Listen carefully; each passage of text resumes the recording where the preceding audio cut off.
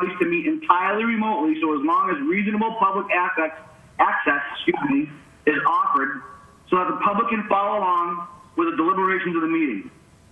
For this meeting, the Zoning Board of Appeals is convening by remote participation for the public only, although some staff may be physically located in the Selectmen's meeting room at the Town Hall. Those town employees are practicing social distancing in accordance with the governor's orders. For the public to join this meeting remotely by telephone, call 1-646-749-3112 and enter the access code 944-571-349. Or the public can join via computer at gotomeeting.com, join 944-57-1349. The remote access information has been posted on the town's website identifying how the public may join.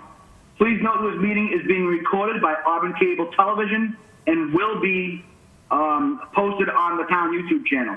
Accordingly, those members of the Zoning Board of Appeals, employees, and members of the public participate, please be aware that other folks may be able to see you, and please take care not to screen share your computer.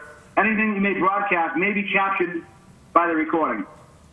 Meeting materials. All supporting materials that have been provided to the members of this body are available on the town's website. The public is encouraged to follow along using the posted agenda. Meeting business ground rules. We are now turning to the first item on the agenda. Before we do so, permit me to cover some ground rules for effective and clear conduct of our business and to ensure accurate meeting minutes. I, Robert Tatro, will introduce each speaker on the agenda. After they conclude their remarks, the chair will go down the line for members, inviting each by name to provide any comment, question, or motions. Please hold until your name is called. Remember to speak clearly and in a way that helps generate accurate minutes. For any response, please wait until the chair yields the floor to you and state your name before speaking. If members wish to engage in discussion with other members, please do so through the chair, taking care to identify yourself. After members have spoken, the chair will afford public comments as follows. The chair will first ask members of the public who wish to speak to identify their names and addresses only. Once the chair has a list of all public commentators, I will call each by name and afford 3 minutes for any comments as needed. Finally, each vote taken in this meeting will be conducted by a full roll call vote.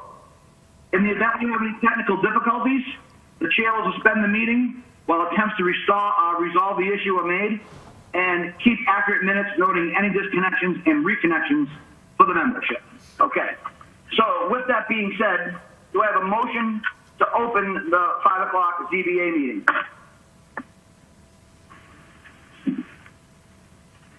Do I have a motion to open? It's Megan through the chair. Motion to open. Thank you. Ms. Roach, do I have a second? Second.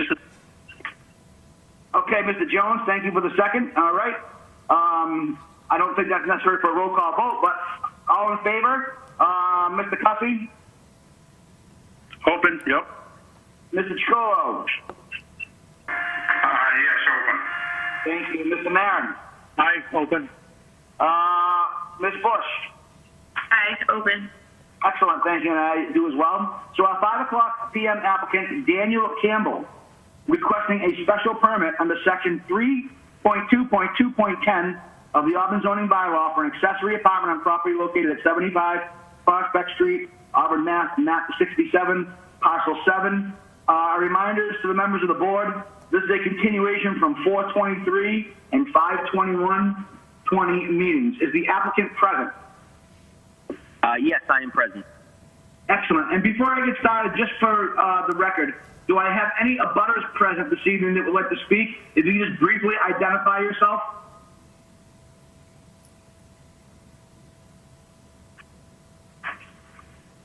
Okay, 5, 4, 3, 2, 1. Hearing no abutters for the time being, unless someone else joins the meeting, we're going to move forward. So, Mr. Campbell, sir, could you bring us up to date on your project? Yeah, so I submitted the most recent design, which shows a fully enclosed breezeway going directly from my existing garage and connecting all the way to the new garage where the accessory apartment would be. Okay. hoping that was exactly what you guys were looking for. And, because I know you said you wanted it enclosed with some windows and things. So that's the design I had submitted. All right, I'm just going to have them go right around the board. We'll start from the top again. Vice Chair Marin, do you have any questions or concerns for the applicant? Thank you, Mr. Chairman.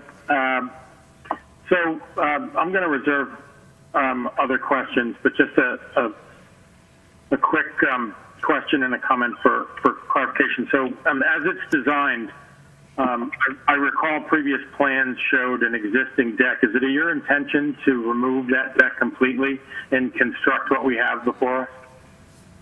I'm not sure about moving it completely or remove it completely. If I have to, cut out a section of the deck to accommodate the breezeway, that's what I'll do. I'm assuming once, the construction starts and the contractor's starting with me and everything, that I'm sure the building inspector will give me all my exact, exact way that I need to build it, and, all my codes requirements that I need to meet and things like that. So I'm hoping to just kind of maybe just cut out that section of the deck, put the breezeway in, and just have the deck kind of go around that corner. If I have to remove more of the deck, basically whatever the building requirements and building codes are going to have me do, then whatever I need to do, I'll do. So, thank you, sir. So just for clarity, what we're viewing now. Okay, so that's the existing deck, correct? Yeah, so that's the existing deck. Basically, my garage doesn't face the street; it faces my neighbor, in a sense. So when you come in off the street and driving into my house, you can't see my garage door. You kind of have to you turn like a left-hand turn into my existing garage. So that's the side of my house. So that breezeway come off the back corner of that existing garage, and then go more towards my backyard, and then connect to the new garage. Okay, so and just one final comment for me, Mr. Chairman. So what if we can go back to this new design that's being proposed this evening does not clearly outline what would be happening with the existing deck, and so I for one am just seeking some clarification on what that looks like. I understand the new design that's being proposed. I think it's clear. What's not clear to me at this time is what happens with that deck and how it truly will interact with that. But I'll reserve additional questions for later on in the hearing. All right. If you're all set, I'm going to move to Mr. Cussy. Do you have any questions or concerns of the applicant, sir? I don't at the moment. All right. Mr. Chicolo. I also, at this particular time, don't have any questions. Thank you, sir. Ms. Roach. I do not have any additional questions at this time. All right. So I'm going to reserve on Mr. Jones and Ms. Bush because right now we have a full contingent in the interest of kind of moving forward ahead on this particular project. If nobody else has anything to add, I'm going to go back to the Vice Chair, Mr. Marin. I've already looked for abutters. I can try one more time, but if not, do you have any other questions of the applicant, Mr. Marin? Thank you, Mr. Chairman. So I'll just go back to my final point in that and comment that we've discussed this property in previous hearings. I appreciate what the applicant has brought forward as far as looking to be amenable for our particular bylaw, which indicates that in order to meet the criteria for this applicant, we would need to have these two structures connecting. I think the design satisfies that. I would like to study specifically on that. Mr. Marin?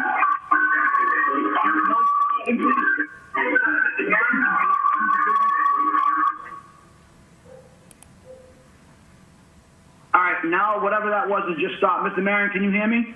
I can, and I'll just repeat my last comment is that what I'd like clarity on again is my final point that I'd like I'd like to know exactly what the final design does with the existing deck. Okay, thank you. So, I can try to talk it through a little more. So I have a walkout basement the way my grade on my house is. So the existing deck is actually is a weird extension to my foundation in a sense off the back of the house that the deck is kind of built onto. So the existing deck is the same ground level as my driveway. So I'm gonna do my best to blend the breezeway into the deck, because there'll be the floor of the breezeway would be basically the same height of the floor as the deck, right. all on the same level. So I'm going to kind of, do my best to blend it in, whether I have to add extra railings or, whatever the case may be. I don't know exactly the final design until, my father's more or less going to be my contractor. He holds the contractor's license, so he's going to kind of help do the designing exactly, what it needs to be per the building code, and then whatever obviously whatever opinions the building inspector has to make it the way he would like it. Right. So I don't know exactly how it's going to tie in, but obviously I'm going to try to make it look the best that I can. Seeing as it's my house, and obviously I want it to look as good as I can possibly make it look. Sure. So it looks to me, if I'm not mistaken, based on the illustration that I'm seeing in front of me on the screen now, which it says New Plan 75 Prospect Street at the bottom, the breezeway, as it sort of cantilevers off the house and comes down to meet grade, it looks to me, just based on your design, you intend to kind of absorb the deck into the construction because of its probably usefulness in terms of being able to transition from one type of flooring material to another? Is that kind of what I'm looking at? For the most part, yeah. The ground level of the new garage versus the ground level of the deck is maybe only a foot difference, just because of the taper of the yard. So, however, construction-wise, however we need to get that to match up correctly, and then to be able to kind of still utilize a portion of the existing deck, I may add like a sliding door into the back way that kind of opens to the deck, and then maybe vice versa on the other side, have a sliding door on the other side of the breezeway that opens into the driveway, so that I can still, because as of right now I have a pass-through, kind of a normal like single width door pass-through that I can walk from my driveway and step up onto my deck at that back corner of my garage. So, whether I put another man door in or a sliding door on each side to be able to continue to use that walk-through to get from the deck to the driveway. Right. Okay. So, Mr. Marin, sir, my question to you is, did my just brief conversation with the applicant clear up anything of concerns you had? Because if we do decide to move forward with this particular hearing tonight, we can always make some of your concerns part of a condition of a permit. Thank you, Mr. Chairman. So I'll just simply say I want to recognize that the level of effort and collaboration that Mr. Campbell has brought forward to date on this project. And I think it's just for a matter of thought that maybe it's important that the board sees a final design, and maybe it's not. But I'm for one, I'm not seeing a final design based on how it incorporates the deck in the construction. And I leave it to the board to decide whether or not that's a concern or whether that's necessary. But I don't see a final design. I see a vision. I think what's been described to us is a reasonable approach, but I'm not seeing a final design. Mm-hmm. Okay, I understand that. Yes. If I could just add one more thing. So I've been dealing with an architect designer to help me design these plans as we go. The only reason I don't have all final designs is because obviously I was waiting to get my approvals and things first before I hired the surveyor and spent the money on the surveyor and things like that. So once the survey's done and I have exact dimensions and things, it'll be much easier to, obviously by that point I'll have to submit a hard plan to the building department in order for my building permit. So as far as like the final design, this is pretty much final design in my eyes, because the design that the architect design created for me is the exact path that I would need to do and the exact route that I need to go in order to make this connection. All right. So- So really, I'm just trying to go back to Mr. Marin. Do you have any more questions or comments to the applicant, given the additional information he presented? I don't, Mr. Chairman. Thank you. Okay. So I did note that while we were talking, a couple of other people that I did not see who they were identified-wise were joining the meeting. So I'm just going to identify that we are in the 5 p.m. application, Daniel Campbell again. So do I have any abutters present or that may have recently signed in that would like to comment on this particular hearing?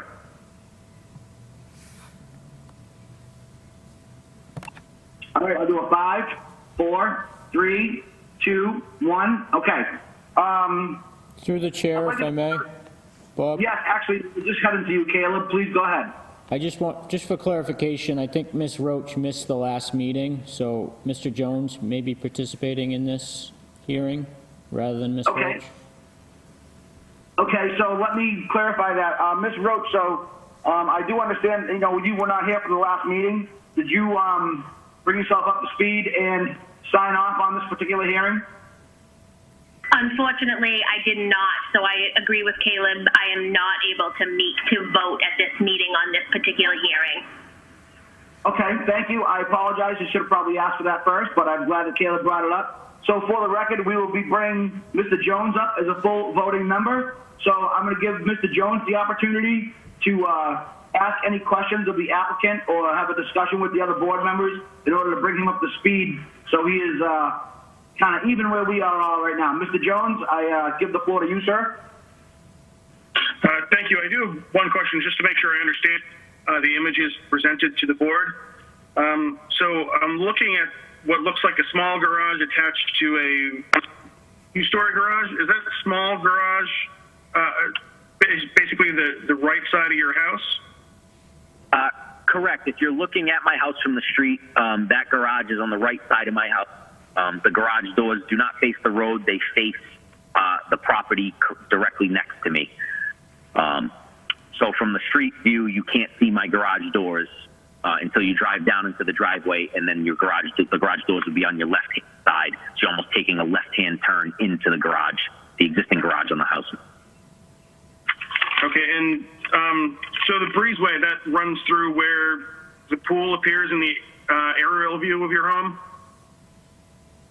Yeah, so, basically from the back corner of the existing garage, if you're looking at the aerial view and the existing garage is on the right-hand side, from that back corner, the breezeway kind of tapers more. It goes towards the backyard and a little to the right more, and that's where the new garage would be placed. Oh, I see. Okay. Thank you for the clarification. And a little further off to the right. Because I believe my property is about 300 feet deep, and the house sits almost at the middle of it. So even with the garage going further back, I think it still leaves me, 40 to 50 or so feet from the back property line. And then from my neighbor's property line where I want to put the garage, I know I need a 10-foot setback, but I think I'll still be somewhere 15 to 20 feet off from that as well. And then there's plenty of woods here, so it's kind of going to be tucked away towards the back. That's all my questions. Excellent. Thank you, Mr. Jones. I appreciate that. So I'm going to go around Mr. Cussy one more time. I'm all set. Thank you. Thank you. Mr. Chicolo? Yes, Mr. Chairman. I've got a question for Caleb. Actually, question/statement. Per our zoning bylaws, I just want to reaffirm that should this application be approved, this will have to go to the planning board. Caleb, do we agree with Mr. Chicolo's interpretation of this? Normally, the planning board will issue waivers on a residential application. So this is not something that they would typically review. Okay. So, say that they won't even look at this. They normally don't review this type of application, that's correct.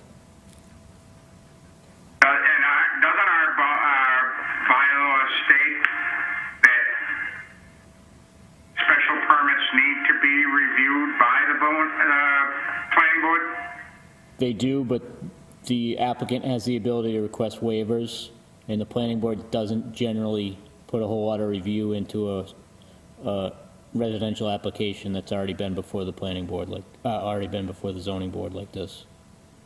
So should this application be approved with the stipulation that we want the planning board to take a look at it, will that change the way they view it? The applicant still has the ability to request waivers from the planning board. Even though we are specifically requesting that the planning board take a look at it? Yeah, I'm not clear on what the planning board would review that you're not reviewing right now. I'm actually referring to that long structure that's in between the two. For the sake of convenience, we'll call it a massive breezeway. So that would be under your board's jurisdiction. If you don't feel that this fits with the neighborhood, that is exactly what this board should be reviewing tonight. The planning board. Actually, what I'm concerned with is the structure of it. In other words, what's it going to be on? Is it going to be on a 4-foot footing, and that's why I mentioned the planning board. Well, that isn't something the planning board would review. That would be something that I would review under the building permit process.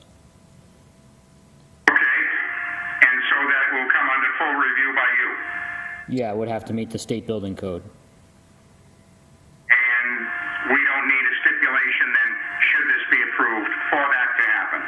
No, it has to meet the building code regardless of your condition. Okay, thank you. You're welcome. Any further questions, Mr. Chacolo? All set, Mr. Chairman. All right, so, Mr. Jones, you've heard everything again, I think, around the horn. I'll give you one last opportunity. Anything to add or concerns? Nothing further. All right, so I'm going to make a motion. Mr. Chairman? Yes, please. Michael Marin, sorry to interrupt you. I do have one final question for the applicant for the memory's sake, if I may.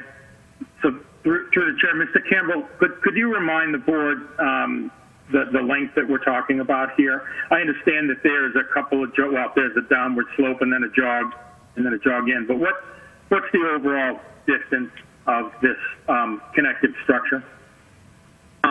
Again, until I get the actual survey done, I'm not positive, but my goal is to make it as short as possible because, I had a budget in mind for the garage in general, and now, creating this breezeway enclosed with windows and things, it's going to, put the budget a little higher than expected. So the shorter I can make it, the better.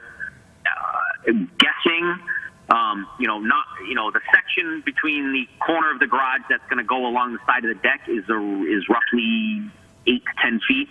And then from the corner of the deck, or of the corner of that portion there that goes around the deck to the new garage, I'm hoping is only about 25 feet or so. So on average, and no one's going to hold you to this, even though it is a public hearing, we're talking about a 35-foot run. Yeah, that's my goal. If I can make it shorter, if I can bring the garage, the new garage, closer towards the front of my property without, infringing on the 10-foot abutting rule next to my neighbor, then I'll bring it closer and shorten the breezeway. Because the way my house sits on my property at a funny angle, facing the street, it doesn't sit like parallel to the property lines on either side. It sits kind of at an angle. So, I'm trying to match the angle of the new garage with the house as much as possible to kind of keep the flow looking good. So if I can, the closer, basically I'm going to bring it as close as I can bring it without infringing on the 10-foot, rule going against my neighbor. And with that said, I think I'll be able to get it about a roughly 35-foot overall length of the breezeway. Appreciate your comments. And so, Mr. Chairman, for the thoughts of the board, if I may, before we move forward, I think that the measurements there are important, and it speaks to what the building commissioner has just mentioned. The action before us is to determine if this fits within the neighborhood. And so I think that the length of that structure calls into question whether or not, in fact, it would fit. And that's, I think, for the board's consideration. I would submit that I think, even minimally, and I appreciate the applicant's thoughtful comments on trying to minimize that length, but 35-foot run is certainly substantially larger than what I would consider a standard breezeway, so to speak, if we can call it a standard. And so, again, for the board's consideration, I think that those measurements matter based on whether or not it is a fit. But I don't have anything further. Thank you, sir. Thank you. Chairman, if I might ask another question. Yes, Mr. Colo, please go ahead. What were the final dimensions of that accessory apartment? What are we looking at for square footage? Mr. Campbell, for the applicant, can you answer the question from Mr. Chicolo, please? The square footage of the actual apartment itself? So the actual apartment itself will be the 700 square foot that I'm allowed for the bylaws. Okay. Mr. Chicolo? So you will not be taking the total of the top of that garage, or you will? No, absolutely not. I'll be using the 700 square foot, that I'm allowed to use for the bylaw, and the rest of it's just going to be cold storage for myself. I mean, I'm self-employed electrician, so I keep extra material and things on hand. So I'm just going to have shelving and things up there to be able to store, all extra material and tools and stuff that I do not use. And then the lower garage portion will be to park my vehicles and any maintenance on my vehicles that I do and things like that. You just opened up a little bit of a couple more questions I need to ask then. Are you going to be running a business out of this garage? No, absolutely not. I'm an electrician. I work at customers' houses and I do new construction, but I don't work a mechanic shop or anything. This is just where I keep extra material and tools for my business, but I don't run a business out of here.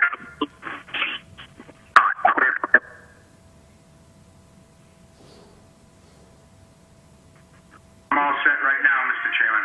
Okay, thank you. All right, so I think we've spent enough time pondering the sort of periphery of this situation. It boils down to whether or not we should make a motion on this application based on the information we have, provided that I think the membership agrees or disagrees or whatever, that this breezeway does not derogate or take away from the intent of the bylaw, which is where I think some people have some questions maybe. So with that being said, I would still like to make a motion to close the public portion of the hearing. Do I have a motion on that? Mr. Chairman, Michael Marin, I'll make a motion to close the public hearing. Thank you. Do I have a second? Second, Chicolo. Thank you. Mr. Cussy?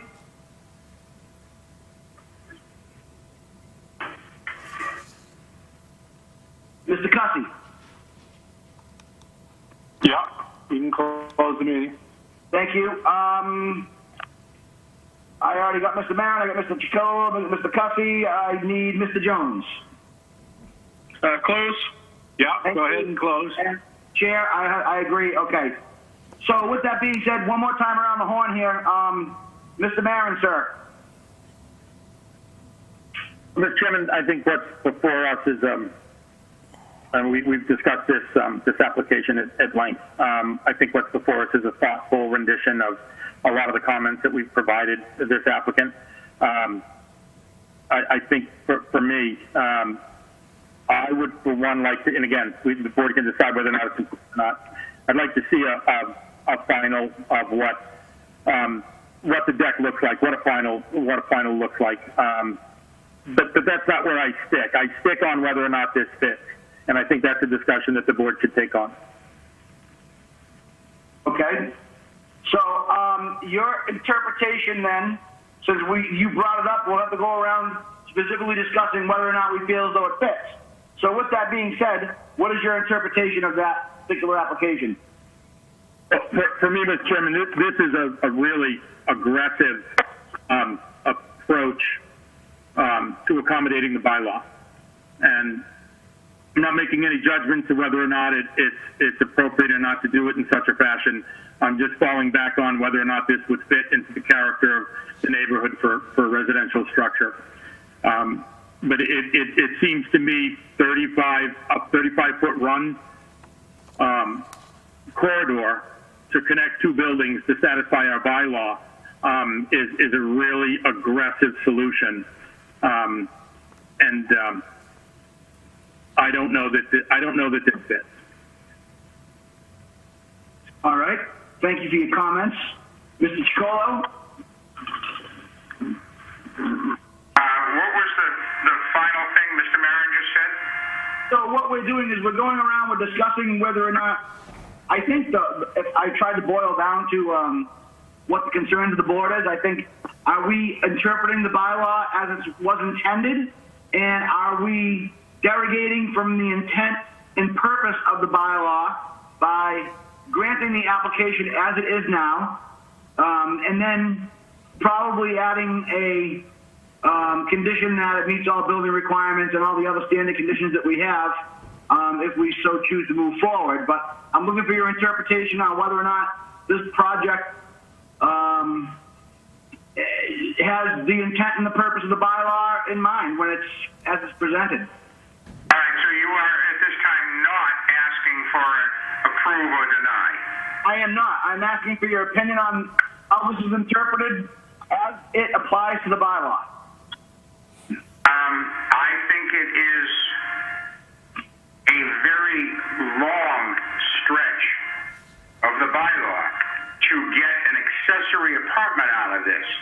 It is not a long stretch because we wouldn't even need this breezeway if it were just a garage, as the applicant has stated, to store material.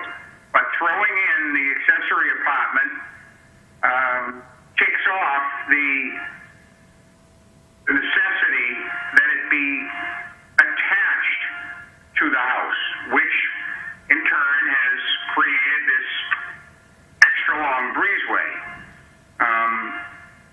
In that area, I would agree that it is a very long stretch of the bylaw and not necessarily in keeping with the rest of the houses on the street. All right. Mr. Cussy, sir, your interpretation of this project as it relates to the bylaw. I agree. It's quite a stretch. Connecting basically a tunnel to a garage to get an apartment. I think it's quite a stretch.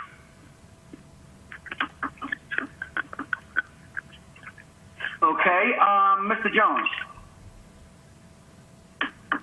I'd have to agree that, having this breezeway, being long enough that you could basically fit a Cape-style house between the accessory apartment and the existing home does make it seem to, go against the intent of the law here. I have to admit, though, I had not been looking at that previously. I think he has gone a long way to, meet the letter of the law, if not the intent. Okay. So, we've waited. I've solicited everyone's opinion here. I'm really kind of up, and I mean, based on the lot, when I drove by, and it certainly does exceed, I think, or stretches the bylaw, so to speak. But based on the position of the house on the lot, the sort of just the whole setting of the lot itself, it does kind of sit that way. I understand that. I agree with you, a 35-foot breezeway. I mean, but again, I'm sitting in my living room right now, and from the front of my house to the back of my house, and the addition you can see behind me is actually more than 35 feet. And I'm sitting here looking at it and say, well, gee, it's really not that long either. I mean, I don't know. It really comes down to how we want to interpret this breezeway, I think. Mr. Chairman, if I may? Yes, please. And I don't mean to interrupt your thoughts, so I'm going to offer for the board a slightly different vantage point. So if we were, and I use the words, whether or not this fits within the character of other properties within the neighborhood, I'm gonna offer a slightly different approach. If we might think of it as from a detriment to other butters and neighbors. We don't have the luxury of a butters speaking this evening, or I believe in the past of this project. But I'm challenged by the fact that I do think that this is a stretch. I don't particularly think this fits within the intent of our bylaw. But conversely, I also don't think that this, we have no evidence from a butters comment that suggests that this would adversely affect or cause detriment to the neighborhood. Where I fall on this succinctly and weighing those two views is that I don't believe that the intent of constructing a structure to this depth and breadth really is the intent of the bylaw to connect our two structures to achieve an accessory apartment. Okay. So the one thing I would like to add, however, to this conundrum is that there is no defined length of a breezeway in any of our bylaws. Now, I recognize that a breezeway is traditionally thought of as a open space with a roof and maybe some sliding windows or a porch or a mudroom between a garage and a home. But I really, Caleb, have you come across anything that says a breezeway can only be a certain number of feet long? I wouldn't get into how long a breezeway could be. I don't think there's any clear definition. I would just point the board to page 90 of the bylaw. One of the conditions, I believe it's condition F.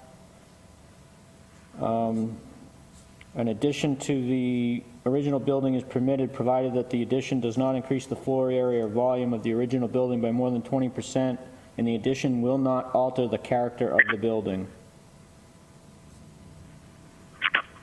So rather than discussing the length of the breezeway, that might be more the point that you want to discuss. Yeah, does it alter the character of the building?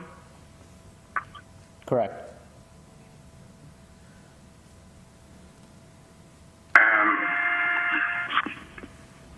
Mr. Chicolo, did I hear you? Well, you probably heard me go, but because that condition, it does not alter the character of the building because it's not attached to the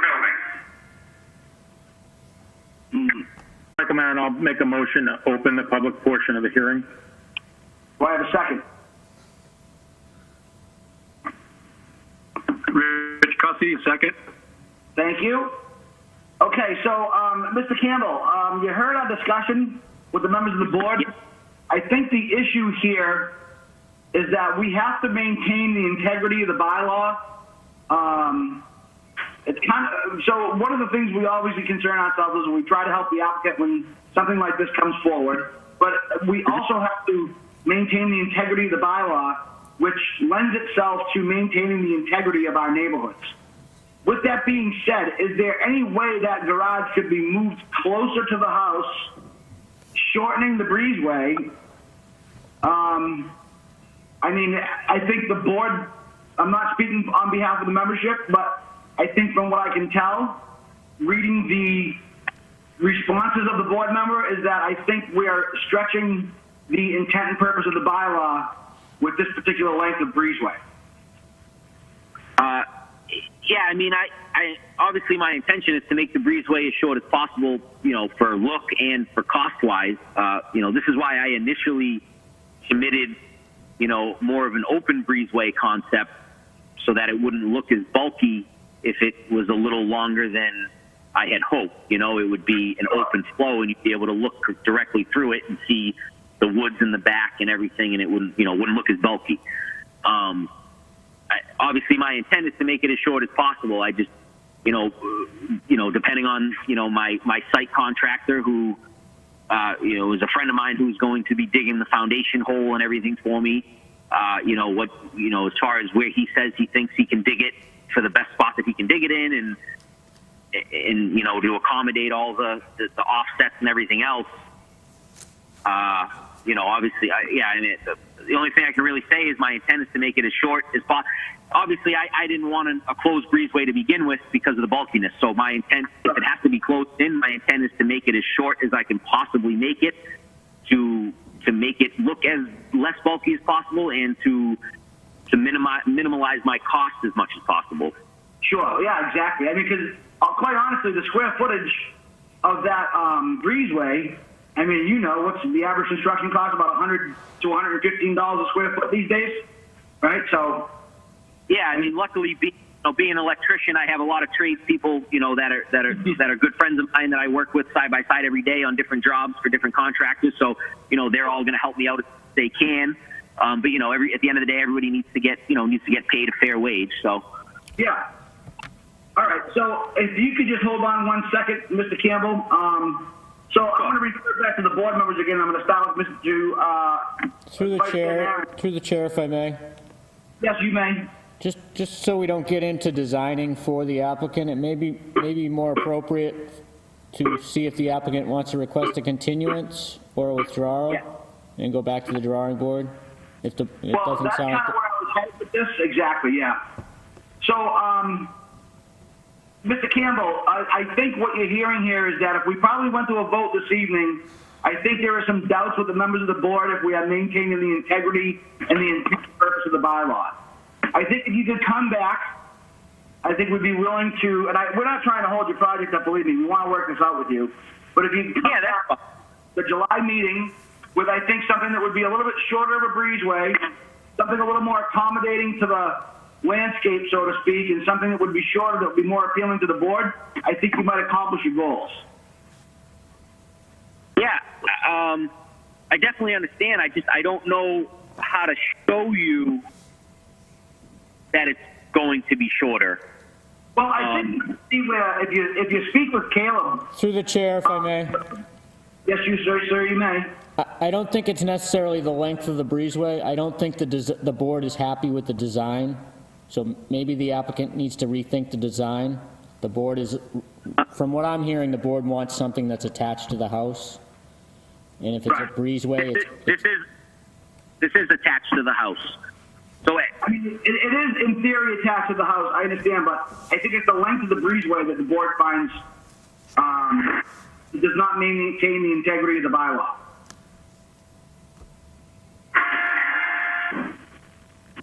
So the last meeting, I was told that, they wanted it connected, not to the deck like I had it before, but connected to the actual existing garage and then connected to the new garage and then enclosed. And Nicola said he would like to see, in his opinion, he'd like to see it closed, closed in with some walls and some windows and things.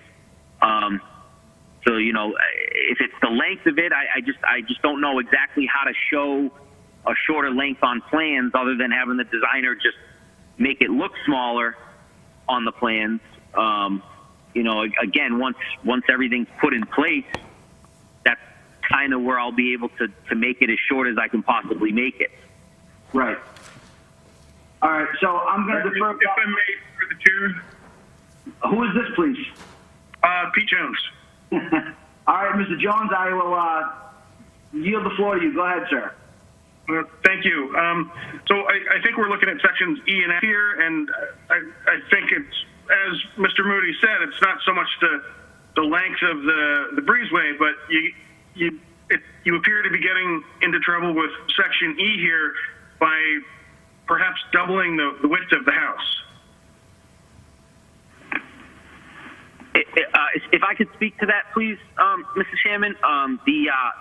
So the breezeway is not necessarily going,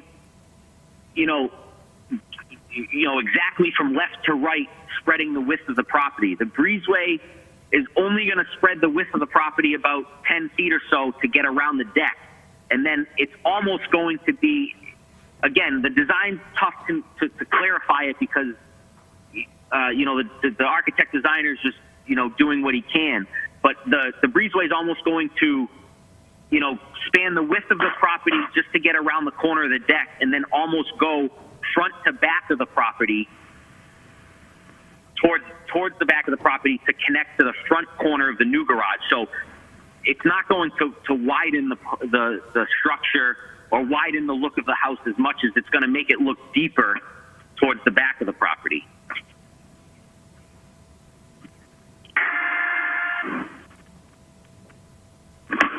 So, I think that,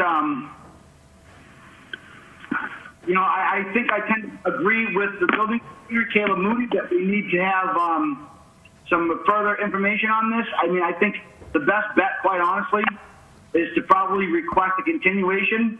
I wouldn't necessarily maybe even have the opportunity to see if we could meet with Caleb or at least talk to him on the phone, try to come up with some ideas to satisfy the members of the board that are not necessarily in agreement with what they consider this to be the Through the chair, if I may.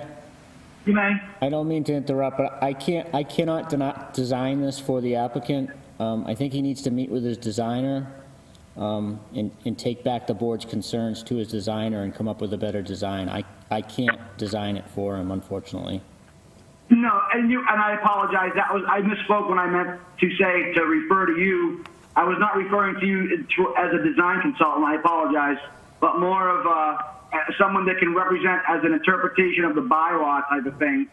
But I'm going to go around the horn one more time, and I think I'm looking for some guidance and some help from the board members on this, because I'm as confused as you are. I'd love to help the applicant, and I'd like to satisfy the requirements of the bylaw. So with that being said, Mr. Marin, one last opportunity to speak.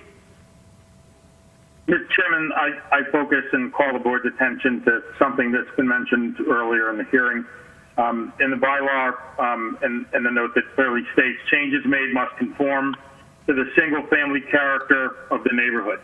And so I would agree with prior comments that we are not in the design business, nor should we be.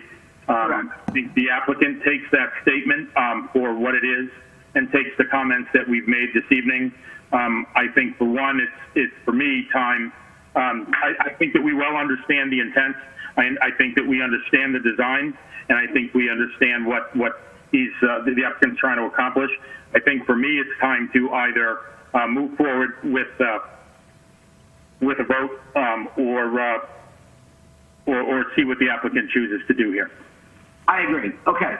So with that being said, Mr. Campbell, I think you can tell what's been going on with the board. I would suggest that you may want to kind of rethink things and maybe ask for a continuation for the July meeting. Okay. Yeah, I mean, I'd love to definitely get a continuance and not a denial.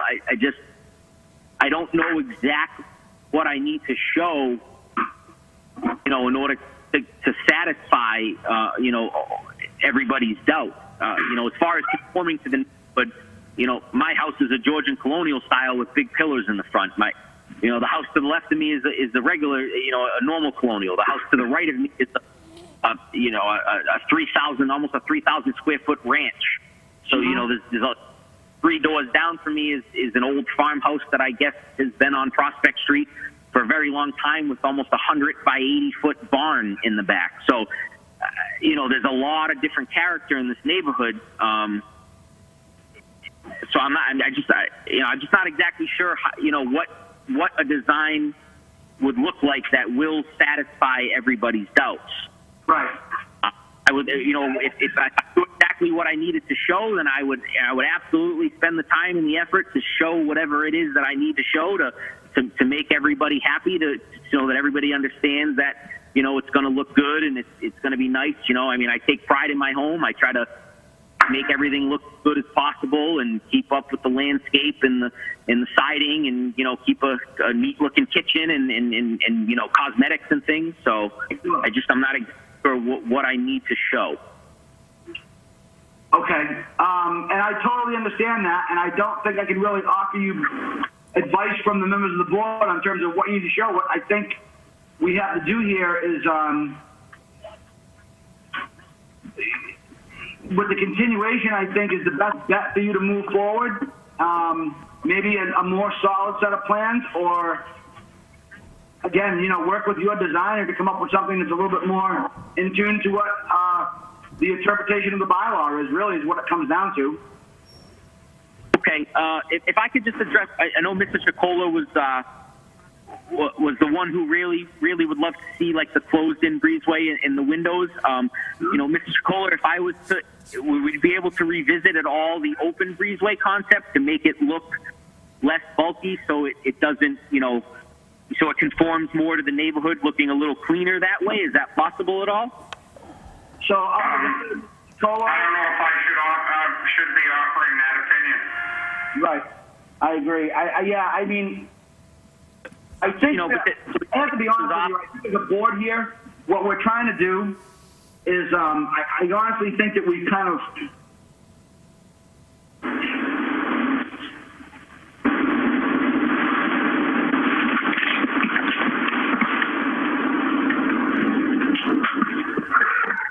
Who's got the background noise going?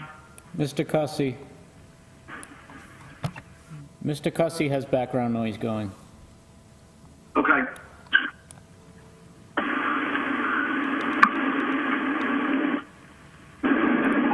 Mr. Cussy.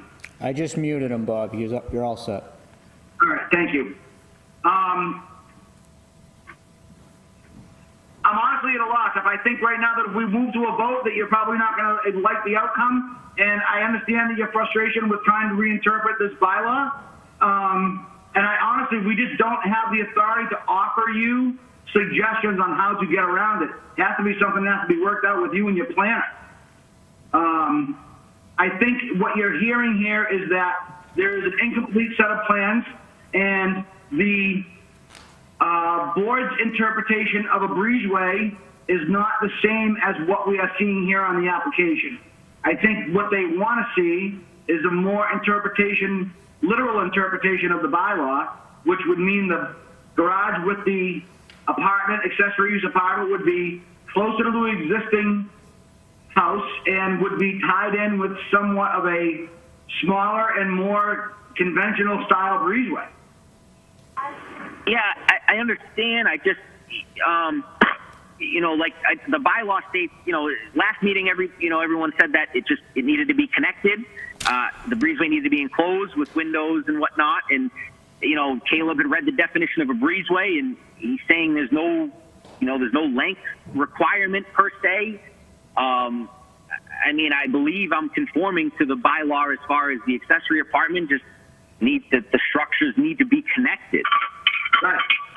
And I don't disagree with you in terms of literal interpretation of the bylaw. However, as a board, our requirement is to maintain what was the original intent and purpose of the definition of the bylaw. So that's where I think we struggle. We would try to help you, but at the same time, we cannot extend beyond what we reasonably, what the standard here is, what a reasonable person would consider to be the interpretation of this bylaw. And that's really our standard. So are we stretching this too far, or are we allowing it because there is no specification in the bylaw because of the length of the breezeway? Mr. Chairman, may I make a comment? Yes, sir. I would ask you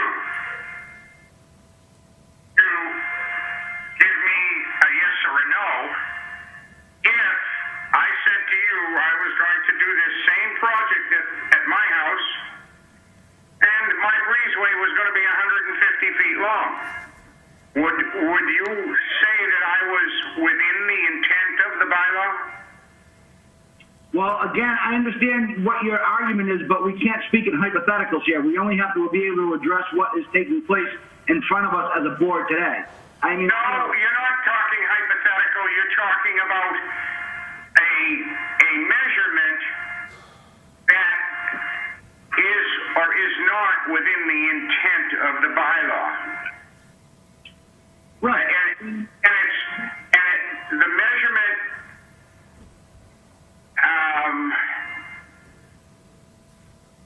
for what we would consider reasonable. What we're doing here is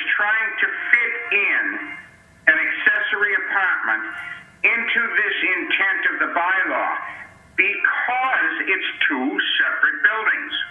So we're trying to fit it in somehow. And in this particular case, it may not be able to be fit in. As a garage, as I explained, sure, it could be fit in, but to put an accessory apartment above the garage, I don't think it can fit into the bylaw. Yes, it would be nice, but if it is to be used as the applicant said it was for his wire and extra things from jobs because he's an electrician, that's fine. That's a garage. So I'm going to play the devil's advocate here for a minute and speak sort of to the experience of the applicant, which is now being on our third meeting with this discussion. First one, because we did not really know whether it should be an closed or an open breezeway. The second delay or continuation was because of the interpretation of the deck and how that was going to be blended with the garage. And now we are here with those two things being said and those two hurdles that have been surpassed. And now we are determining that the breezeway may not be in the intent and purpose of the bylaw. So and I think it's because now we're seeing a full view of everything. As we had mentioned, we had some reservations. Those reservations have been addressed by the applicant, and that is what is presenting to us now the full view of what this would look like. Mm-hmm. Okay, so again, I'm going to go back to the applicant, Mr. Campbell. You can see the discussions with the board here.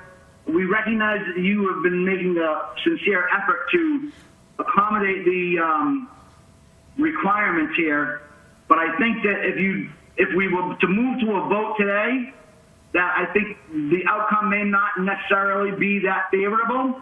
So I think it might be in everyone's best interest to request another continuation and maybe try to rethink things and come back in July. Okay, so yeah. You, sir.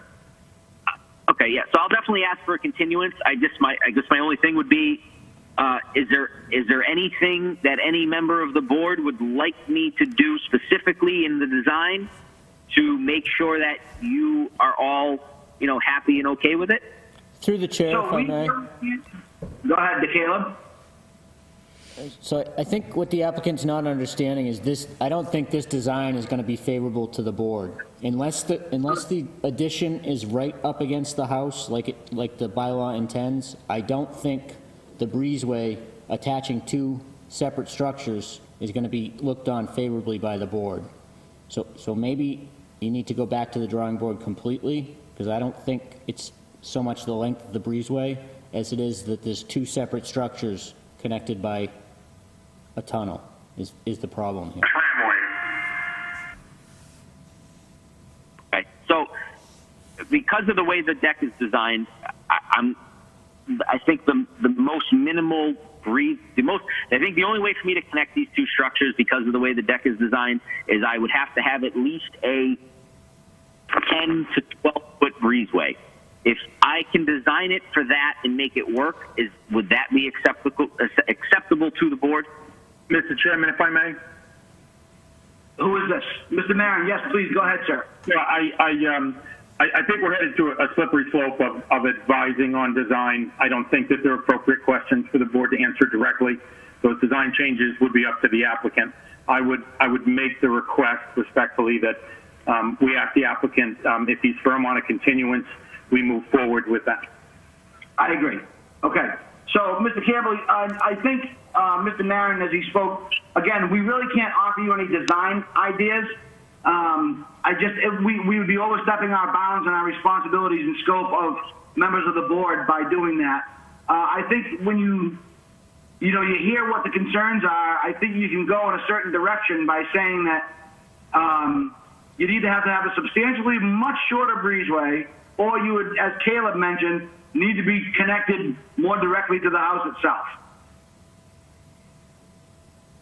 Okay. All right. Well, then I'd like to ask for a continuance, please. Okay, so on behalf of the applicant, go ahead, sir. I apologize for interrupting you, but I want to be absolutely clear here. So and Bob, succinctly, you always come from a really good place of trying to find common ground to make things work. But I want to make sure that from a protection perspective, that we are not advising the applicant of a formula whereby he would come back and be successful with a vote.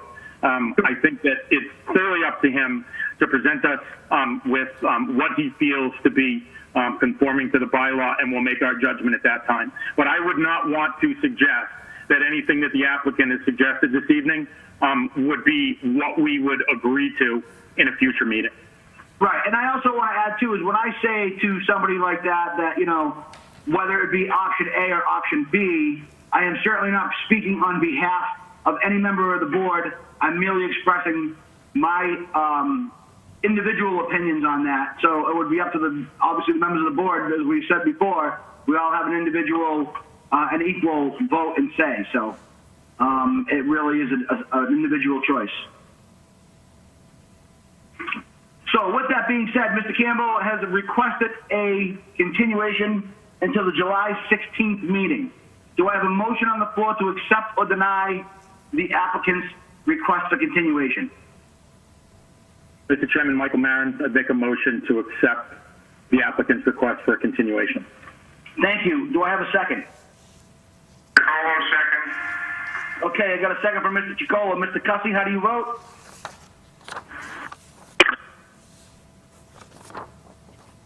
I'm sorry, Mr. Cussy, I couldn't record your vote. Yeah, let him continue.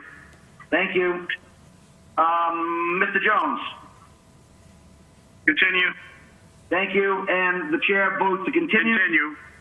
Okay, so we have a full vote of the membership of the board to continue to the July 6th meeting. So, Mr. Campbell, good luck. We will see you in July. Okay. Thank you. Thank you. Good luck. Bye-bye. All right, let's give him a chance to clear. We'll move on to our 505. They've been patiently waiting for an hour at this point.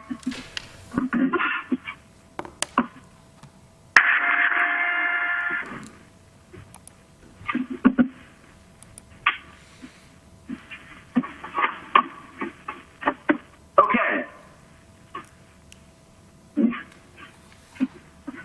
So it appears as though they're all cleared out. I'm going to move to the 5:05 p.m. applicant Eastland Partners Incorporated, requesting a comprehensive permit under Mass General Law, Chapter 40B, for workforce housing apartments on property located at 109 Tinker Hill Road, Auburn, Mass, map 59, parcel 8 and 26, Albert Street, Auburn, Mass, map 65, parcel 71, and this is a continuation from 5/21/20, and we are discussing peer review this evening, the results of said peer review, and we are going to open it up for comments from any abutters that may be present and would like to speak. So before I begin, do I have a request or a motion on the floor to open the 505 hearing? Mr. Chairman, I make a motion to open the 505 hearing as stated. Thank you. Mr. Marin has made the motion to open. Do I have a second? Chacolo, second. Thank you, sir. Mr. Cussy?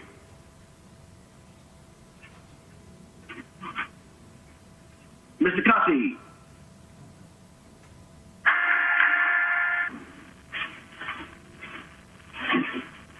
Mr. Cussy?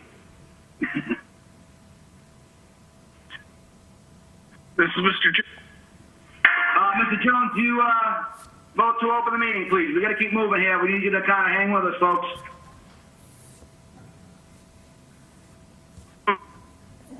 Thank you. Okay.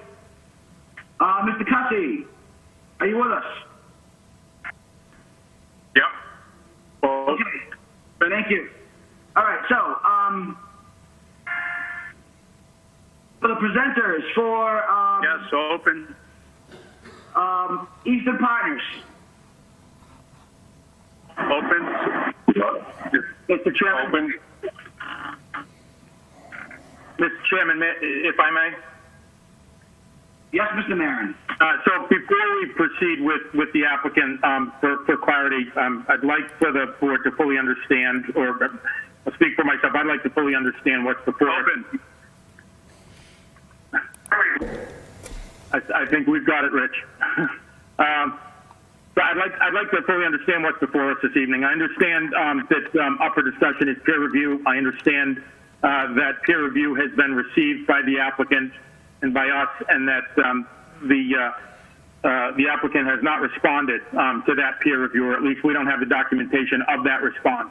And so I'd like just clarity on whether or not any action this evening would need to be postponed and waiting for that peer review response. And if that's the case, we may be able to save some time. If I may, through the chair.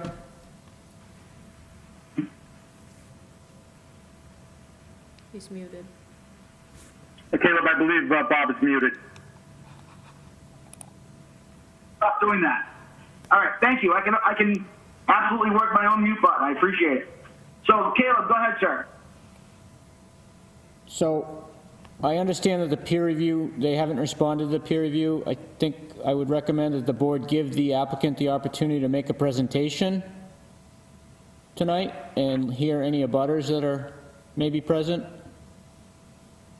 Correct. That was the, if you recall when I opened the hearing, that was the intent of my purpose of this part of the hearing. They were going to have the opportunity to respond, give their presentation. We were going to listen to abutters, and then we were going to move forward with most likely a continuation or whatever the board had seen as necessary. So anyway, I digress. Are the presenters here this evening? We're not taking any voting action this evening, correct? Mr. Marin, that is correct, sir. We are not taking any action this evening. We are allowing for a presentation to take place from the applicant for the response to the peer review, and then we're going to allow abutters to speak, and then we will be moving forward from there. And that was per a email I received prior to the meeting, as requested by the Department of Inspectional Services. Thank you for that clarity, Mr. Chairman. You're welcome. Okay, so is the applicant present? Hi, Mr. Chairman. This is Clay Williams with Eastland Partners. Thanks for the introduction. Good evening, sir. I apologize for the delay. Sometimes, as you see, we have some unique things that come before the board, but I'm going to turn the floor over to you if you'd like to get the board and all the concerned citizens up to speed on what's going on. Great. So we'll start off tonight with my short municipal impact analysis presentation that looks at different ways this new community would interact with the town of Auburn. So I'm going to go ahead and share my screen here. All right.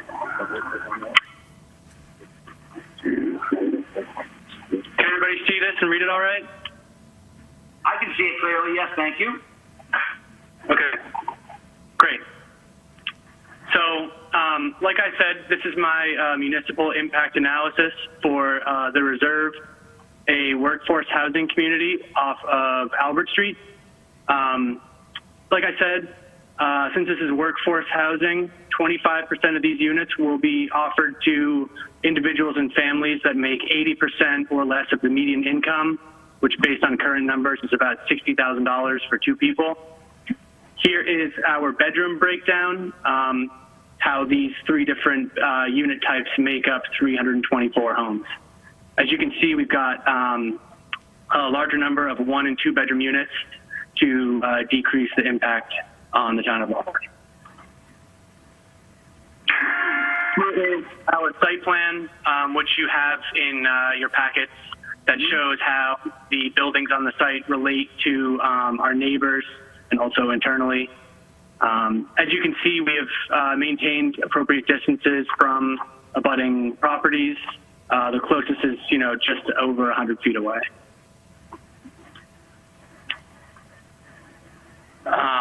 So, why does a community like this make sense at this location? First of all, we're taking advantage of existing infrastructure improvements.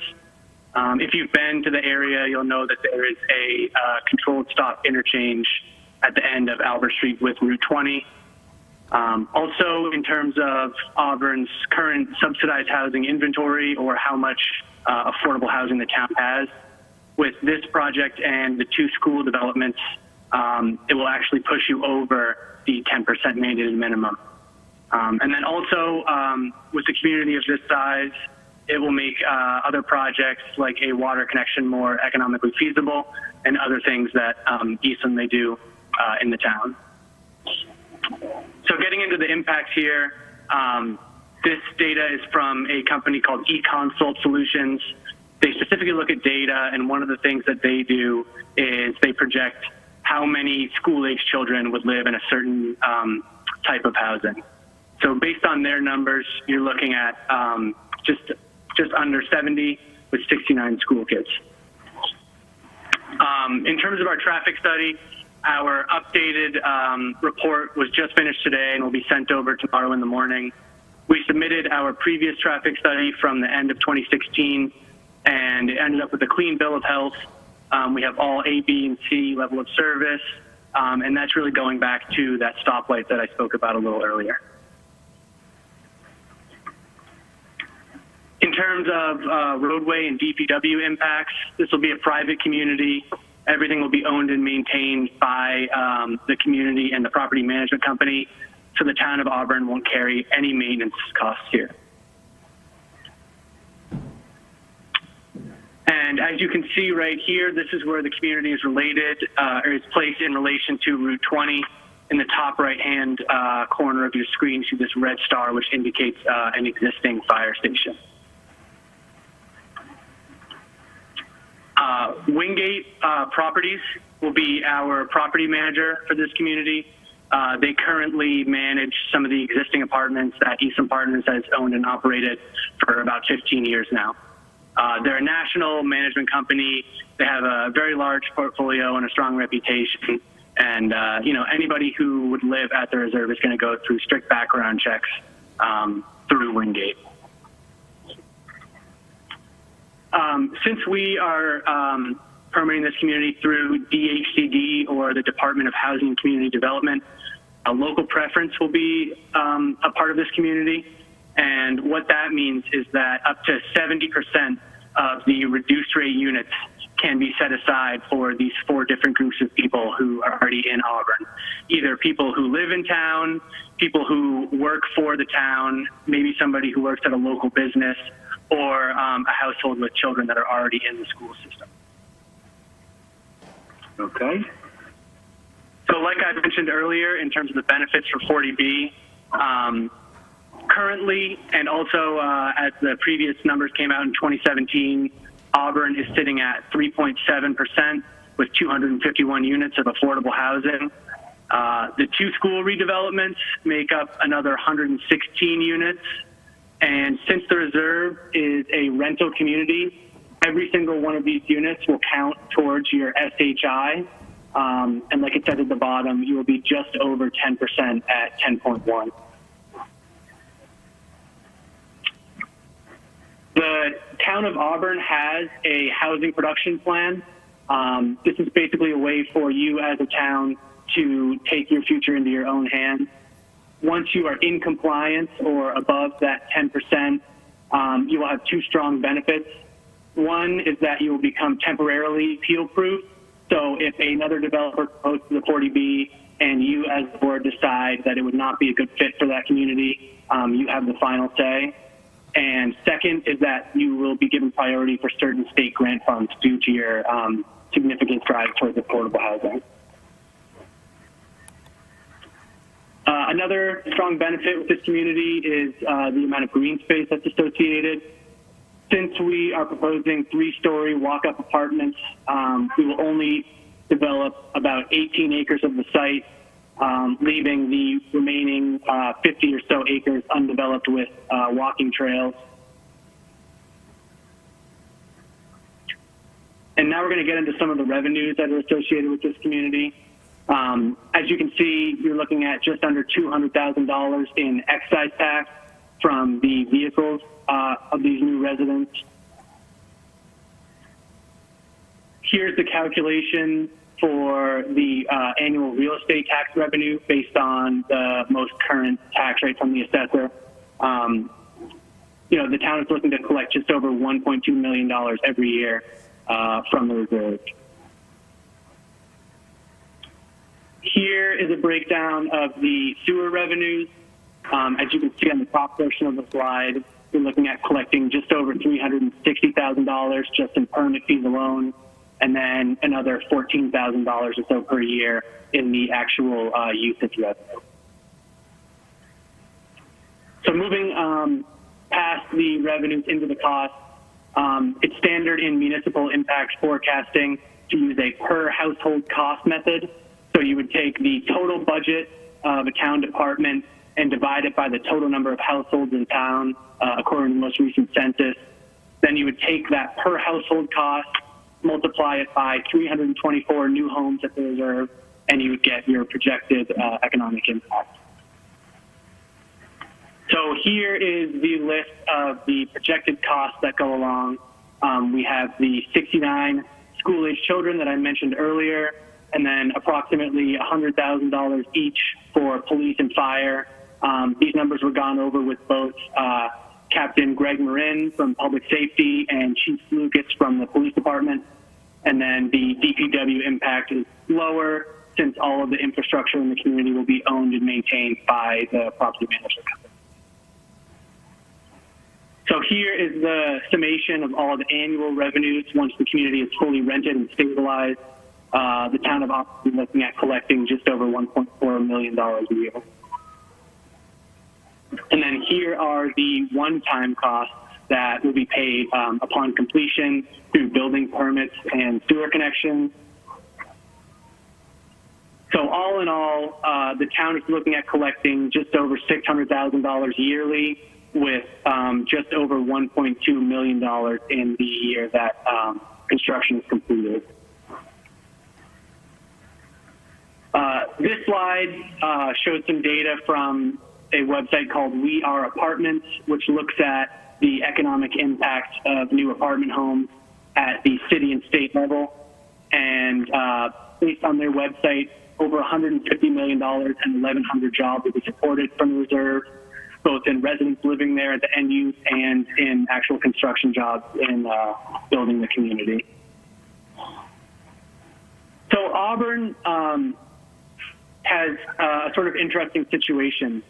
During the day, in normal conditions, the population just about doubles.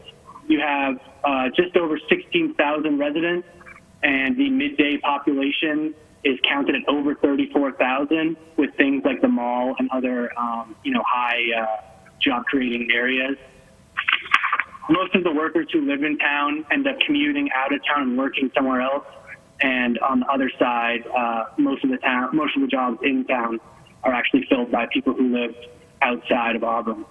And that is a big reason why we are proposing a community like this. If we can get people who work in Auburn and live in Auburn, it decreases congestion, improves people's quality of life, and just is an overall benefit to the town and the area. So with that, that's going to conclude my municipal impact analysis presentation, and I'll turn it over to Steve. Yeah, are there any questions before I turn it over to Steve? No, sir. We're just going to go through your presentation, and then I'm going to turn it over to any abutters that are present. Great. So before we do that, I'll turn it over to Steve O'Connell, our design engineer with Turning Point Engineering, to talk about the peer review comments. Thank you, Clay. Evening, members. My name is Steve O'Connell with Turning Point Engineering. Just do a brief overview about the site and the project. For anyone who's not familiar with the exact locus, access to the reserve apartment community will be gained through an existing subdivision road, which is still under construction but currently accessible, called Albert Street. Comes off Route 20, crosses over Blaker Street, and into a 5-lot subdivision. Lot 1 of the subdivision will serve as the frontage and part of the total area of the apartment community. Access will be gained off of a paved roadway near the Cul-De-Sac, affording access to all 12 of the buildings situated uniquely on the site based on existing topographic and groundwater conditions, as all went into the aspects of the site layout. There's one principal driveway that comes up. As you approach into the site, you come across the clubhouse, where you can go left or you can go right, depending on your apartment location. Continuing up to the left, you come to a cul-de-sac where it meets all fire department apparatus requirements. A second emergency form of egress is provided through a paved access road out to Tinker Hill Road. That will be a gated access for emergencies only. So the main entrance off of Albert Street is the principal access into and out of the project. Is 6:25. The parking areas associated with each proposed building are provided with be paved, landscaped, and well lit. We have centrally located clubhouse with maintenance building and trash building for the residents. We have a recreation area designated on the property. Stormwater collected in all of these areas will be done so in traditional fashion with catch basins and a closed piping network, conveying stormwater runoff to one of 3 proposed stormwater basins on the site. Stormwater basins will collect, treat, and detain, and then release stormwater to existing runoff locations, so there'll be no increase in post-development runoff flows. We have very little wetlands buffer zone impacts. There are no direct wetland impacts, only minor buffer zone impacts. We will be in front of the Auburn Conservation Commission at an upcoming meeting with a notice of intent application. Water will be provided and town sewer provided to the project. And that's an overall summary of the normal topics involved with a development of this type. So we did receive comments from the peer review of VHB. That was much appreciated, their expeditious review. I think I'd like to just point out that there's nothing in this review, in our experience, that tells us that this project is not a feasible, buildable, and can be a successful project. All of their comments are straightforward and addressable. We will be providing written responses. What we normally like to do is collect all the comments from peer reviewers, board members, abutters, department heads, to make sure that we can have a comprehensive response document. Any plan revisions associated with this response will also be provided, and updated stormwater calculations as well. But as I indicated, as we've gone through these comments one by one, there's nothing here that we find problematic with the project as proposed, and we expect that you'll agree with that. Happy to address any specific comments you have or answer any questions you have about the project. So I appreciate that. Thank you very much for that presentation. I'm going to go ahead and open it up. Do we have any abutters currently present that would on this matter? If so, could you introduce yourself, please? You got to give us your name and address. This is Eileen Lassard at 11 Acres Street. Are you able to hear me? I am. Thank you. Go ahead, ma'am. Yes. I have a couple of concerns. They mentioned the 2016 traffic study, which does not take into account the additional duplexes that they're putting in at the corner of Albert and Blaker Street, which is going to impact, obviously, traffic on that intersection, which I'm very concerned about. There is a stop sign that was put up by Eastlands at that, but it's not a town-mandated stop sign. So I'm very concerned about how the traffic's going to flow there, as well as the parking that they have provided for the units. They seem awfully far away from where the apartments are, and also the 10% minimum for the moderate income is also going to be impacted by the additional duplexes that they've requested and are waiting for approval on. Okay, so if, to the applicant, if you could take note that they have concerns about the traffic pattern as it relates to the additional duplexes. Go ahead, ma'am. That's correct. I'm sorry, you cut off again. That's all I have for now. Okay, so as he had mentioned, what they're going to do is they're going to take note of all of the concerns, and they'll be addressed at the next meeting. So I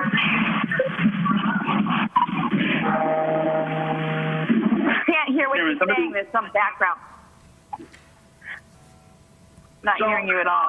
We'll repeat that again. So they're going to take note of all these concerns, and their plan is to, at the next hearing, to address all of them individually. Excellent. Thank you. And does the public have access to the responses that they provide? Oh, you can be at the next meeting. You can hear it, and they'll be available at the town hall. Absolutely. All right. Thank you. All right. Have a good evening. Thank you. Is there anyone Thank you very much. who would like to speak? Mr. Chair? Yes. I'm not about it, but this is Mark Brown, 4 Field Street, Town Meeting Member, Precinct 4, Town Representative, the Worcester Regional Transit Authority. Will they allow the WRTA buses to pull in there, make sure the road's wide enough with a bus shelter? There are routes that go by that area. Right. So you're concerned to make sure that the road is wide enough near the bus shelter. To get from Route 20 in. Okay, so we'll make note of that, and they will address that at the next hearing. Okay, and I have some other things. So, how many handicap parking spaces in each spot available for a van? And how many accessible apartments for the handicap? So I believe that's all set forth by both the Americans with Disabilities Act and state requirements, but we will also have them address the number of handicap units. We will have them specifically talk about their accessibility and the relation to being able to park handicapped vans or other accessory vehicles in relation to the handicapped parking spaces, apartments, excuse me. How many floors in the apartments? Well, again, they're going to be addressing all these things individually. So we're taking the abutters' comments and concerns, and that's what they're going to talk about for the next one. Okay. So the other concern is how many floors are the apartments? Yes. And also, like, to be accessible for all the disabilities, the blind and people in wheelchairs. Again, okay, thank you. ADA compliant requirements, which have been pretty standard and strict since the 80s, but I will certainly have them address any of those other concerns. Okay, thank you. Thank you, sir. I appreciate it. Do I have any other abutters that would like to speak on this particular hearing?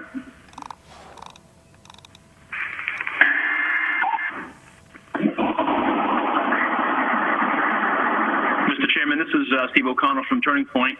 If it's the pleasure of the board, it might be easier to address some of these comments verbally, for the abutters. They're pretty straightforward. We can also respond in writing, but it might be beneficial to just kind of address them so we can, maybe move on to other topics. If you're prepared to do so, sir, I would welcome that. Thank you. So I'll start with Mr. Lassard. The 2016 traffic impact report, I don't believe did account for the 8 condominiums that are under construction. However, the new updated traffic impact report does, and that'll be made available to the public as soon as available on the website when we submit it as early as tomorrow. So it's a good comment, and that's the response. The temporary stop sign that's in place now was at the request of DPW from a construction control device.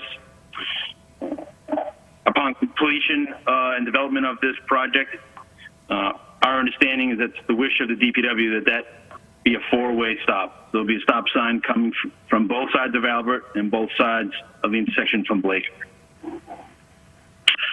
And parking for the units are all very proximate to each proposed unit. There's parking spaces within parking lots that are all proximate, very close to each unit proposed. I think the plan illustrates that clearly. If we're happy to provide some dimensions if that isn't clear. Perhaps at a larger scale plan it would be more clear, which is available. This is Clay Williams with Eastland Partners. I can respond to the gentleman from the WRTA. About a month or so ago, I spoke with a member of the CMRP, the Central Massachusetts Regional Planning Commission, who served as an advisory member to the WRTA, and we started to talk about the potential of using this site. He seemed to think that it may be feasible to put a bus stop somewhere along the way in here, but if it is not, that route that runs along Route 20 currently operates as what's called flag service. So anybody walking by could kind of stick an arm out at the bus and it would pull over and pick you up. And as part of the subdivision, we included pedestrian facilities out to Route 20, so anybody looking to walk could do so safely and efficiently. In terms of the accessible parking or accessible units, we have 96 ground floor units through those that are either walkouts in the rear of the unit or in the rear of the building or on the front. And I am going to the plans right now that show the amount of accessible units that we have. Just give me 1 second here.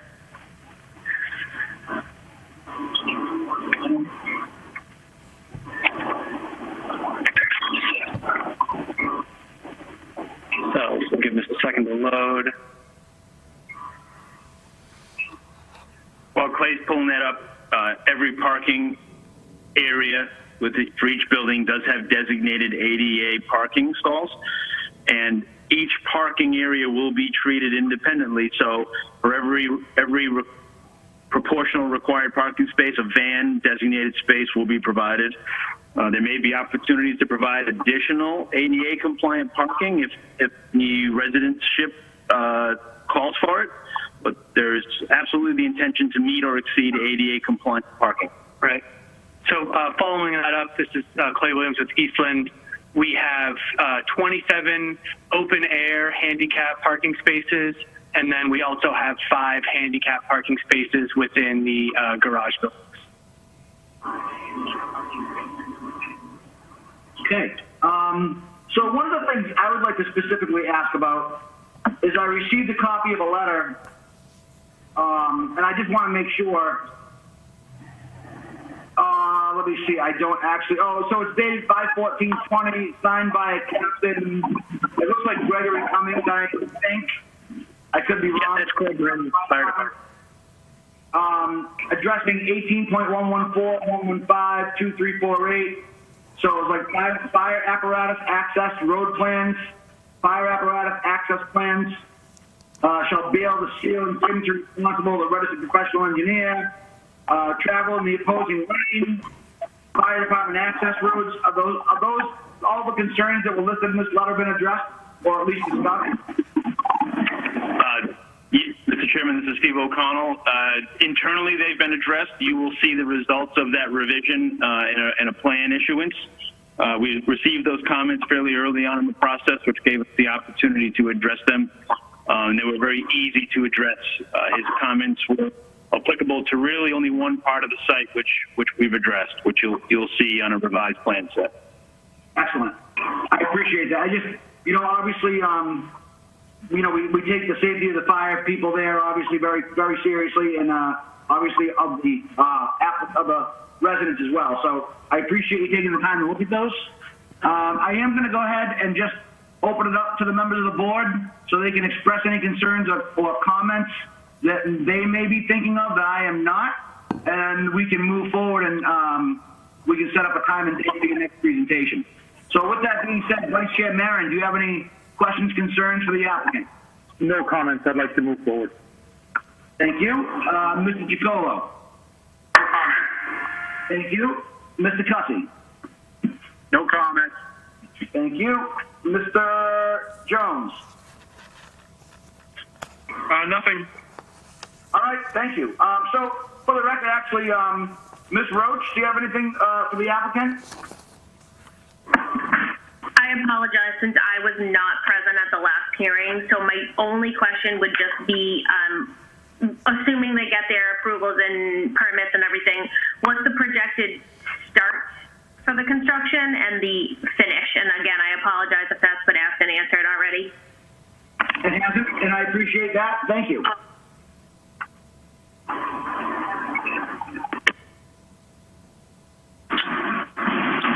Hi, Ms. Rowe. This is Clay Williams with Eastland Partners. Thank you for that question. We are targeting approximately the spring of next year for the commencement of construction, and 18 months? Approximately, 18 to 24 months to total rent up and completion. Okay, so next year, about a 2-year project. Yes, that's correct. Ms. Bush, so while we're here, do you have any questions for the applicant? I don't at this time. Thank you very much. All right, with that being said, I think that's it. We're gonna probably move forward, and we will see you. Are we gonna see you again at the July meeting, or are you anticipating a little bit later? What do you think? No, we're ready to move forward as aggressively as the board is comfortable. We have the comments. We're working with staff to receive other department comments. So we'd like to move forward at the next meeting, please. All right. So we're going to put you on the agenda for the July 16th meeting. Yes, please. Yeah, that sounds great. All right. Through the chair, Yes, sir. we would need them to officially request a continuance to July 16th. Absolutely. I just happened to notice that somebody else logged on, so I was going to see if there were any more abutters present that may be interested in speaking regarding this application. This is Eileen Lessard again. May I ask another question? I'm sorry, could you say who it is, please, again? I'm sorry. Could you say again, please? Could you just identify yourself, your name and address, and then Yes. go ahead and ask the question? Yes. It's Eileen Lessard again at 11 Laker Street. I know Okay. that on Albert Street, are there any bylaws that protect the frontage of the property owners currently there? Because I know they've lost frontage for sidewalks. They just moved the telephone poles back 3 feet. And I know of one house there that's not going to have room to park their car in their driveway. Is there any bylaw that protects them? So I honestly, this is the first I'm hearing that. I would not want to speak to those bylaws that, as far as protection is concerned. I will, in fact, defer to the building commissioner. Caleb can possibly at least take note and maybe address some of those concerns. So through the chair, any movement of telephone poles or sidewalks would be within the right-of-way that is owned by the town. Property lines have not been moved. No property's been taken from anybody. That's all I can really say on that. Right. I think it was basically just, allow the setback requirements is pretty much covering that. All right, ma'am, did that answer your question?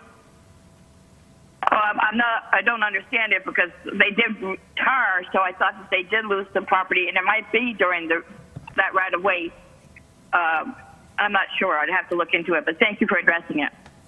All right, and again, this will be an opportunity next month to address something like that again. Thank you. All right. So with that being said, so for the Eastland Partners, I would need you to formally request a continuation to the July 6th meeting, and then I'll have the board vote on it. Yeah, This is Clay Williams with Eastern Partners. I would like to request a continuance to the July DBA hearing. Excellent. Thank you, sir. So I have a request from the applicant for a continuation of the July 16th meeting. Do I have a motion on that request? Mr. Chairman, Michael Marin, I'll make a motion to accept the continuation request as noted. Thank you. Do I have a second? Second. Second from Mr. Chicolo and Mr. Jones. So, Mr. Jones, I take it that will be a yes to you, sir? Yep. Okay, Mr. Gussy? Yep, continue. Thank you, and I vote also to continue, so good luck. You've heard the concerns, and we'll be looking forward to hearing from you next month. Great. Thank you, Mr. Chairman. Sounds good. All right. Thank you. Please. Okay, so the Eastland 505 has been ended. I'm going to give it about 30 seconds. I will start reading, let everybody kind of clear out. 510 applicant. That was great. Chad, you can go into the party. Yeah, you're going to go have a drink. Exactly. I'm going to get a beer. But, I mean, We need to coach Caleb. yeah. We need to coach Caleb to drive on forever. Chairman, it's where's that previous applicant? Well, it's interesting you say that. I don't see it. Perhaps we could ask them to go ahead and drop. All right, so they just, I'm sorry, Mr. Marin, they just muted Clayton Williams. Can you please go ahead and say that again? I couldn't hear you. Both lines were open. No, it was just a request to acknowledge that the previous applicant was, Mike was live and just giving them an opportunity so that they could fully drop. I think that we're all set now. Thank you, I agree. Okay, so we have the 510 applicant, Lisa Heller, requesting a special permit under section 8.3.1 of the Auburn zoning bylaw for an addition to a non-conforming structure on property located at 183 Boyd Street, Auburn, Mass, map 10, parcel 62. Is the applicant present? Yes, I'm here. Hi, good evening, Ms. Heller. My name is Robert Tatro. I'm the chair of the board. I would like to give you the opportunity in 1 minute to discuss what's going on, but do I have a motion on the floor to open the hearing?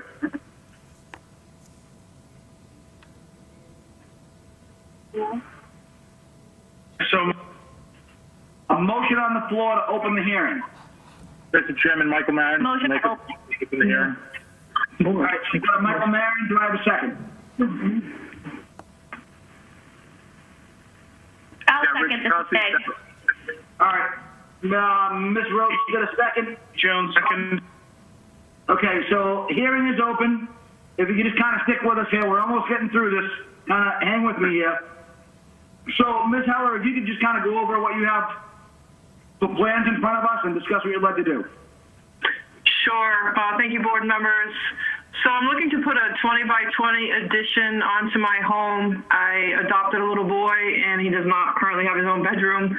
So as you can see on the plan, it fits within the current bounds of my house, so it's not going to stick out any further than the current bounds. The reason for the special permit is because on the opposite side of where the addition is going, I am only 6.5 feet from that neighbor. So I'm a non-conforming structure. And you say the 6.5 feet from the neighbor on the other side from where the addition is going? That's correct. Okay.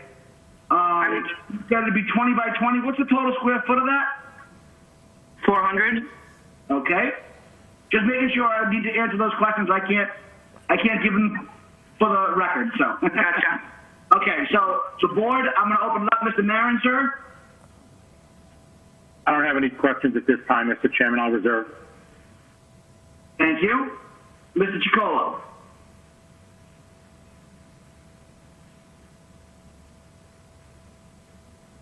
All right, we'll come back to Mr. Chicolo. Mr. Cussy? No questions at this time. Thank you. Ms. Roach? I have no questions at this time. Thank you. We're going to go ahead. Mr. Jones?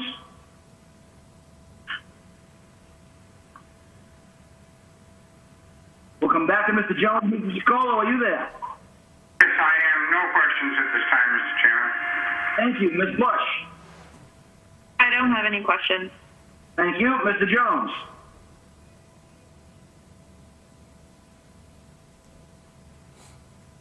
ago, but I would like to say congratulations. Well, thank you. I adopted it 2 years ago, so it's a long time coming. Okay, so I have no questions from the board members of the applicant. Building Commissioner Moody, is there anything else you'd like to add to this? I have nothing. Thank you. Okay. So, do I have a motion on the 5:10 p.m. applicant for the issuance or denial of a Through the special permit? chair, Mr. Chairman, check with the butters. Yeah. Oh, I'm sorry. Do we have any abutters present?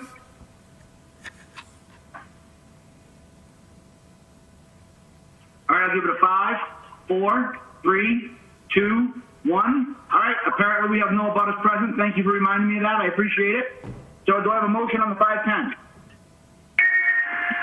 I'll make a motion to approve. This is Meg. All right, do we have any conditions? I would just say the regular conditions that come along with the special permit. Excellent, thank you. So I have a motion to approve from Ms. Roach with the any conditions as they apply to the special permits. Do I have a second? Yeah, Rich Cussy, second. Thank you, Mr. Cussy. Vice Chair Marin, how do you vote? I approve. Thank you, sir. Mr. Giacolo, you, how do you vote, sir?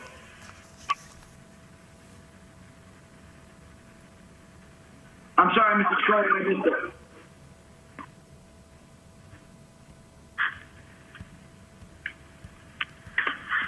All right, Mr. Cussy. Yes, approve. Thank you. All right, Mr. Giacolo, are you there? I am. And how do you vote, sir? Thank you very much, and I approve also. So good luck, then. I'm sure you can be in contact with the fine folks at the town hall, and they'll issue and give you any permits you may necessarily need. So congratulations and good luck. Thank you so much. Have a good night, everyone. All right, take care, stay safe. You too.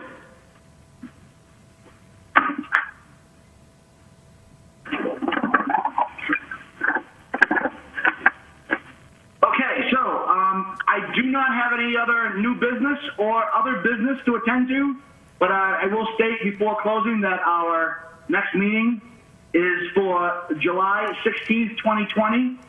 I believe we will still be doing remote meetings at this point unless other things change from the governor. So these will remain at a 5:00 p.m. start time. And again, if there are any applicants or continuations, they'll all be duly notified and the neighbors will also. So with that being said, do I have a motion to close the meeting? Mr. Chairman, before we close, if I may, just a piece of housekeeping I'd like to bring up. Of course. So I want to make this suggestion, and Caleb may weigh into this, and maybe it's out of our control based on the applicants and how they present themselves. But I want to make this a suggestion. It appears that we are going to be working through this 40B piece for some meetings to come. And so to be sensitive to other applicants, particularly the last one who waited a fair amount of time and had to sit through that, certainly it's their option to sit through the hearings if they choose. But I'm going to make the suggestion that we move, if it's possible, this 40B applicant to the end of our agenda in future meetings. I agree with that administratively. And we could also probably stagger call-in times too as well. If we have 2 or 3 applicants that are local, you know, with sort of the ones we experienced this evening, they can certainly call in at a given time, and then we could probably have, you know, the New England properties on standby and make them go last just for the, as you said, the convenience of the others. Yeah, I mean, I just bring up the topic of being sensitive. You know, we've got residents that are coming into this meeting for their applications, and they may or may not have an interest. It seems to be our larger piece of work with presentations and dialogue and so forth.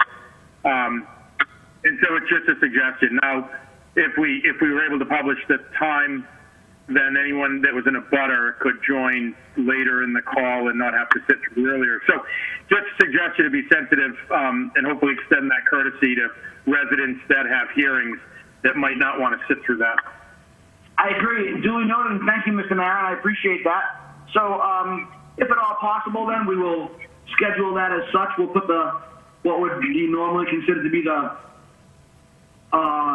less complicated hearings first, and then we can put the Eastman properties last on the agenda, and it'll kind of make things probably a little bit easier for everyone.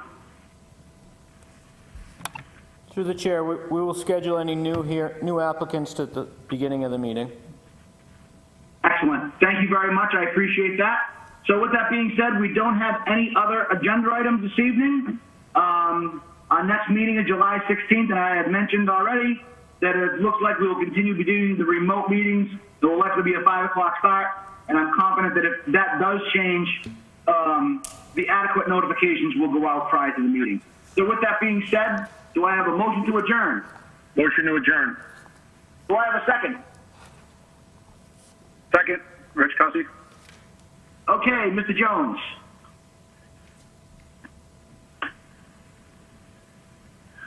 Yes. Ms. Bush.